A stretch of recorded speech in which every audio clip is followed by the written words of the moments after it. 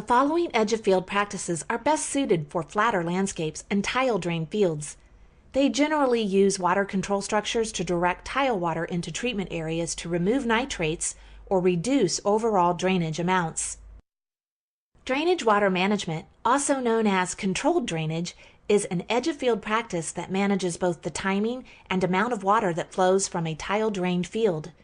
This practice improves water quality by reducing the amount of tile water going directly into the outlet stream, thereby reducing nitrates leaving the field.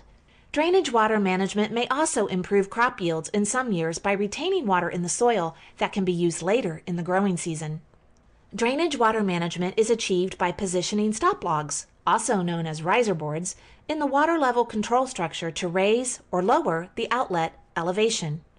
Adding stop logs raises the outlet elevation in the drainage area to limit drain flow and is usually done after harvest and after planting when fieldwork is not occurring.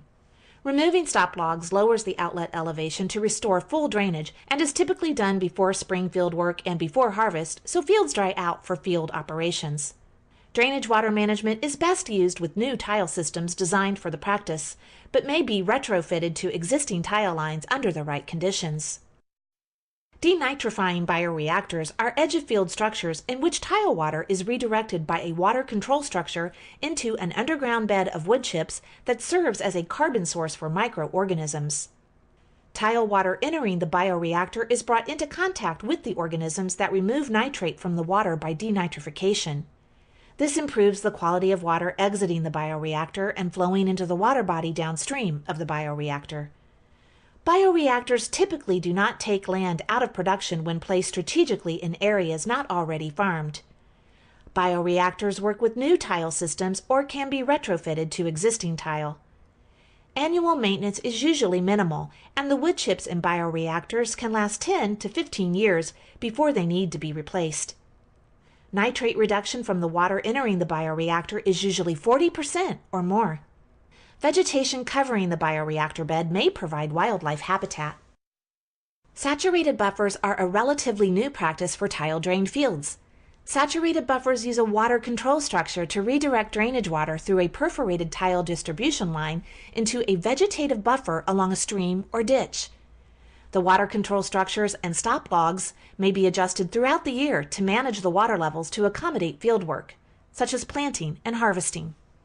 Saturated buffers remove nitrates by diverting the tile water through the soil in a vegetative buffer where microorganisms feeding on soil organic matter remove nitrate through denitrification.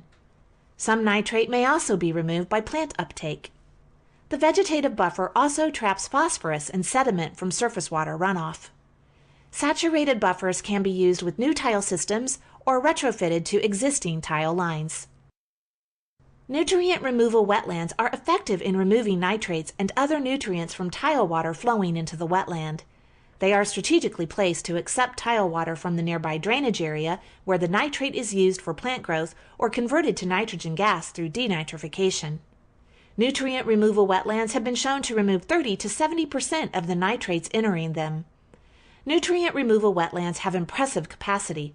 They can handle large drainage areas with a relatively small footprint for the wetland. In addition, wetlands provide wildlife habitat and are home to a wide variety of organisms.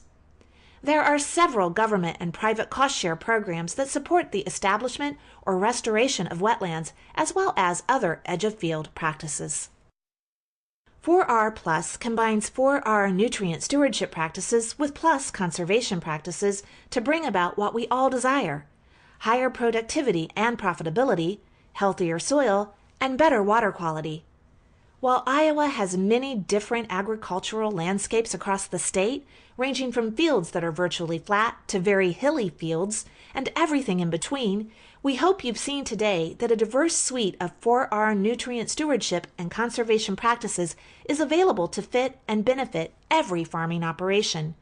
This course described practices best suited to flat landscapes and fields that are tile drained.